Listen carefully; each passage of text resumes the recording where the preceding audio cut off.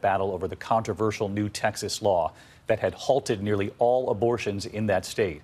Overnight, a federal judge temporarily blocking enforcement of that new law in a 113-page ruling. The judge saying the new law is flagrantly unconstitutional. Tonight, Texas promptly filing an appeal. So where does this go from here? And why many clinics are hesitant to reopen in that state.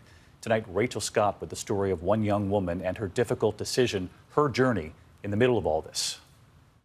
Tonight in Texas, supporters of abortion rights cheering the federal judge's ruling, putting a temporary hold on the most restrictive abortion law in the land. We reached out to some of the patients that we had on a waiting list to come in to have abortions today. The law bans abortion after about 6 weeks of pregnancy, and it deputizes everyday citizens to file lawsuits against anyone they say aids or abets an abortion, from the doctor who performs the procedure to the Uber driver who takes the woman to a clinic.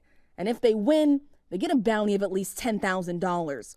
But now as legal challenges make their way through the courts, Judge Robert Pittman putting the law on pause, ruling that because of its unprecedented and aggressive scheme, women have been unlawfully prevented from exercising control over their lives in ways that are protected by the Constitution.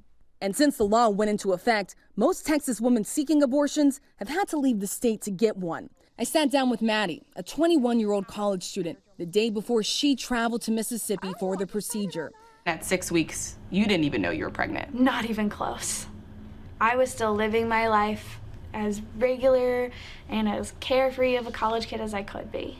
She was on birth control, but by the time she took a pregnancy test and went to the doctor, it was too late to get an abortion under Texas law. When she told me that I was measuring at 10.5 weeks, I just cried. I was heartbroken. Did it sink in that moment that you would have to travel hundreds of miles to get an abortion procedure if you wanted to? Yeah. The minute that they said how far along I was, I knew that this became 100 times more difficult, more expensive, and more time-consuming. Maddie started calling around to clinics in nearby states. How many clinics would you say you called altogether? Easily 30, if not more. And most of them were booked? Yeah. She finally got an appointment in Mississippi. But when she got there, she was told the state has a mandatory waiting period. She had to go back to Texas and return to Mississippi the following week for the actual procedure. 2 separate trips. What message do you have for the Texas lawmakers who backed this law? My body is not their property. They should have no say in what I do with myself. I am in charge of myself in every possible way.